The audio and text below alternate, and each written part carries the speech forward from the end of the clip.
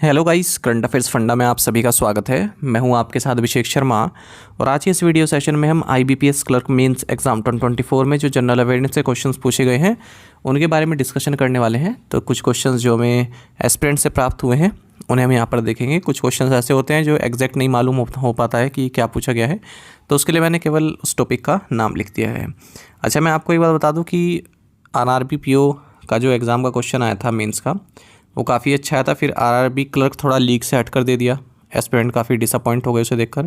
पर IBPS clerk का exam भी काफ़ी अच्छा है जनरल अवेयरनेस का, मतलब ऐसा पूछा गया है जो आपने पढ़ा है। RRB क्लर्क तो बिल्कुल ही अलग था हट के। RRBPO में भी ठीक ठाक अच्छे क्वेश्चन पूछे गए थे करने लायक, ठीक है। तो इस एग्ज़ाम को लेकर आप कह सकते हैं कि अच्छे क्वेश्चन और आपकी मेहनत जो है यहाँ पर वसूल हुई होगी, जो अगर आपने पढ़ा है अच्छे से, ठीक है। तो बिना किसी देरी के देख लेते हैं क्या क्या क्वेश्चंस पूछे गए थे।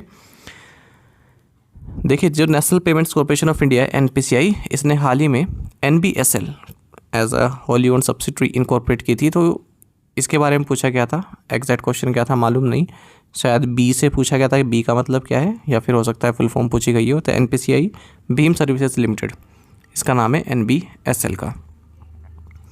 L&T फाइनेंस लिमिटेड से पूछा गया था। तो पहले ये NBFC कोर इन्वेस्टमेंट कंपनी थी, यानी कि NBFC CIC।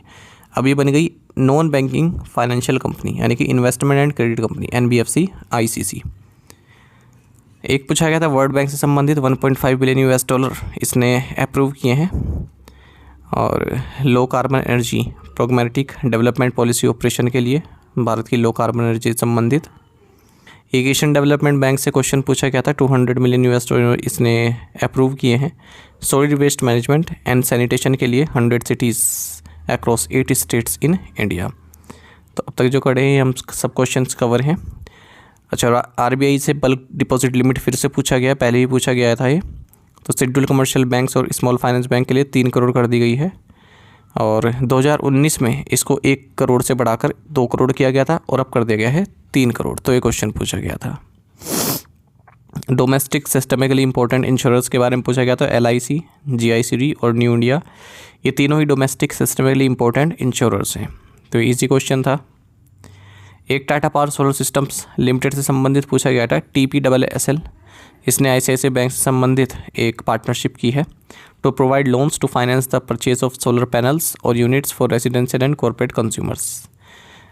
TPSSL ने 2-3 बैंक के साथ और भी किया था, शायद जुलाई में बैंक ऑफ इंडिया के साथ भी किया था, वो मैंने आपको कराया था, ठीक है। पर ये वाला मैं जो है मिस आउट कर गया, ICICI बैंक वाला, ठीक है। जो क्लियर बात है वो मैं आपको बताऊंगा। अब तक जितने करंट अफेयर्स किए हैं वो हमने कवर किए हैं, पर ये वाला मुझको नहीं मिला अपने PDF में, ठीक है। चलिए आगे देखते हैं।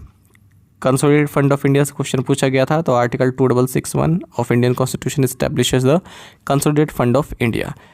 ये आया था या नहीं आया था मैं श्योर नहीं हूँ, पर एस्पिरेंट ने ऐसा बताया कि ये आया था।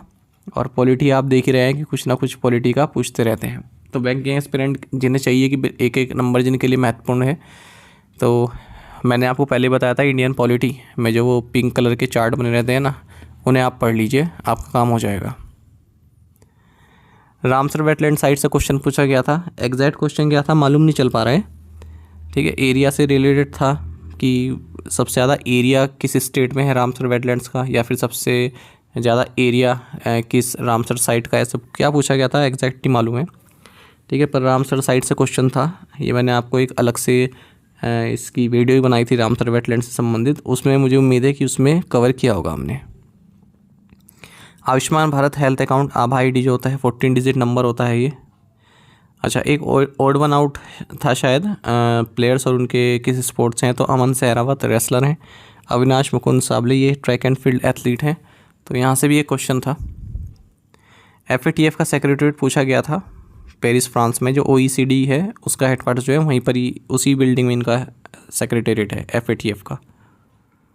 नेशनल स्पेस डे 23 अगस्त को मनाया गया और थीम क्या रहा, touching lives while touching the moon, India space saga. Reserve bank of India ने हाल ही में UPI लाइट पर ट्रांजैक्शन लिमिट बढ़ा दी है। देखिए, ये भी पता नहीं चल पाया कि एग्जैक्ट क्या था, क्योंकि UPI लाइट तो बिल्कुल अभी लेटेस्ट ही बात है, 2-3 दिन पहले की। तो ये था, या फिर ये UPI टैक्स पेमेंट वाली लिमिट थी कि 1 लाख से बढ़ाकर 5 लाख कर दिया गया, ये था। मुझे लगता है टैक्स पेमेंट वाली रही होगी, क्योंकि ये तो अभी 2-3 दिन पहले की न्यूज़ है। आरबीआई ने जब भी मॉनेटरी पॉलिसी कमेटी की जो अपनी घोषणा की थी उसमें कि 500 से बढ़ाकर 1000 कर दिया हमने यूपीआई लाइट पर ट्रांजैक्शन लिमिट, ठीक है। और जो यूपीआई लाइट वॉलेट लिमिट है उसको 2000 से बढ़ाकर 5000 रुपये कर दिया था। तो शायद यूपीआई टैक्स पेमेंट लिमिट रहा होगा, बताइएगा आप कमेंट सेक्शन में। म्यूचुअल फंड संबंधित क्वेश्चन था, तो ये म्यूचुअल फंड मैंने पूरा आपको पढ़ाया हुआ है। जो हमारा बैंकिंग अवेयरनेस का कोर्स है विजेता बैच, उसमें कंप्लीट म्यूचुअल फंड है, ठीक है। उससे संबंधित टर्म्स क्या होती हैं वो पढ़ाई हुई हैं।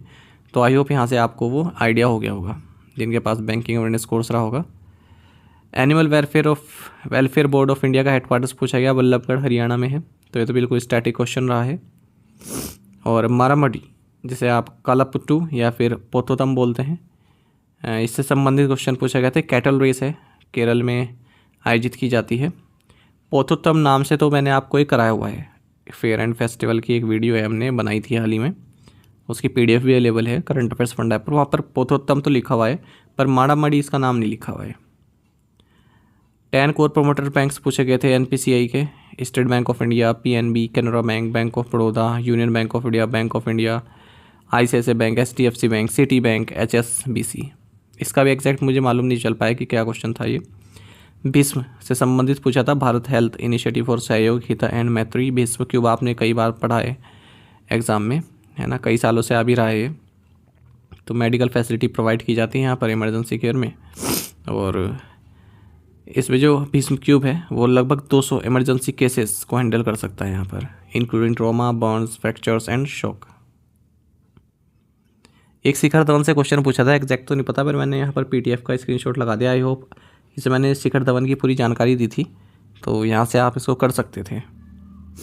एक ये एमएसएमई की लिमिट पूछी गई थी, ये कई बार पूछा जाता है 2020, कभी वर्ष भी पूछ लेते हैं कि किस वर्ष चेंज की थी। 2020 में उत्तराखंड पीसीएस में क्वेश्चन पूछा गया था। और उसके बाद एमएसएमई लिमिट कई बार पूछी जाती है, ठीक है। तो सीधा सीधा है 1, 5, 10, 50, 50, 250, ठीक है। 5 से डिवाइड कर सकते हैं आप इसको, तो उसके बाद आ जाएगा। और फिर आपका है बायो E3, ये क्वेश्चन पीडीएफ में है, तो एग्जैक्ट मालूम नहीं, पर मैंने इस तरह से कराया था आपको। इसमें बताना था कि इसकी फुल फॉर्म क्या है बायो E3 की। तो biotechnology for economy, environment and employment, सारे इस तरह से पूछा गया था कि जो ये E3 है इनमें कौन सा शब्द नहीं है। तो इकोनॉमी, इन्वायरमेंट, एम्प्लॉयमेंट तो होना था, पर शायद उसमें ऑप्शन में एंटरप्रेन्योरशिप भी लिखा हुआ था, तो वो नहीं होना था, है ना, ऐसा कुछ था। एक ये पूछा गया था ग्लोबल इनोवेशन इंडेक्स से संबंधित बता रहे हैं कि पूछा था। अब टॉप 5 कंट्रीज़ का पूछा था या फिर टॉप 10 कंट्रीज़ का पूछा था। इंडिया की रैंक तो नहीं पूछा था, ऐसा मेरे सुनने में आया है, पर टॉप 5 या फिर टॉप 10 में से कुछ पूछा था। तो ये एग्जैक्ट मैंने टेबल भी आपको प्रोवाइड कर दी थी उसमें अपनी पीपीटी में जब पढ़ाया था आपको। तो आई होप आप इसको भी करने में समर्थ रहे होंगे।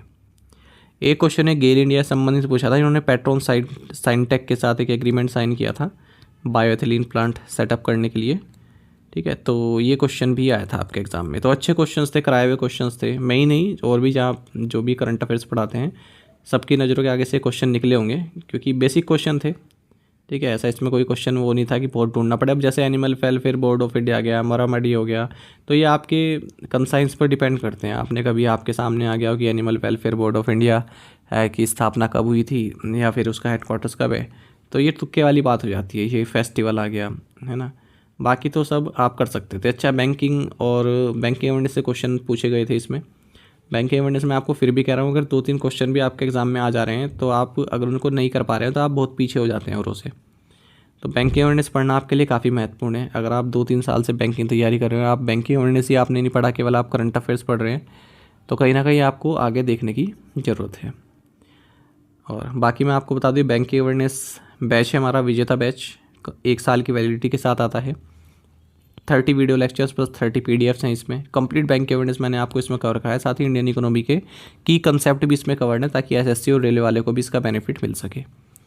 और आपको बता दें, इसके डेमो लेक्चर्स आप देख पाएंगे हमारी करंट अफेयर्स फंड ऐप पर उपलब्ध है। स्टार्टिंग के 2 लेक्चर्स की पीडीएफ और video free of cost uploaded है, उन्हें देख सकते हैं, ताकि आपको अंदाज़ा लग जाए किस तरह का कंटेंट हम आपको प्रोवाइड करा रहे हैं। बाकी एक 6 मंथ चाहिए बूस्टर भी है, इसमें मार्च से लेकर सितंबर तक के करंट अफेयर्स आपको मिल जाते हैं, ठीक है। और इसमें आपको अक्टूबर के भी मिल जाएंगे, पर मैं आपको कहूँगा कि आप 1 ईयर मेंबरशिप आप ले सकते हैं, पूरे साल भर की आपकी रहती है, ताकि आपके जो भी एग्ज़ाम आए पूरे साल भर उन्हें आप उस PDF से कर सकें। ठीक है, तो कोई भी जानकारी अगर आपको चाहिए होगी तो आप हमें, हमारा व्हाट्सएप नंबर भी है, ठीक है, उसको मैं शेयर कर दूंगा कमेंट बॉक्स में, या फिर टेलीग्राम पर भी आप हमें मैसेज कर सकते हैं, वहाँ पर आपको मिल जाएगा। बाकी आप ज़रूर बताइएगा कि आपको कैसा लगा हमारी आपका एग्ज़ाम कैसा रहा, बताइएगा, और किस तरह से हेल्पफुल रहा हमारे करंट अफेयर्स, ये भी आप बता सकते हैं। साथ ही करंट अफेयर्स फंडा को आप टेलीग्राम पर भी ज्वाइन कर लीजिए, यहाँ पर रेगुलर वीडियो अपडेट्स और करंट क्विज हम आप सभी लिए डालते रहते हैं। साथ ही डिस्कशन ग्रुप में आप किसी भी क्वेश्चन का सोल्यूशन पा सकते हैं। Thank you guys and all the best.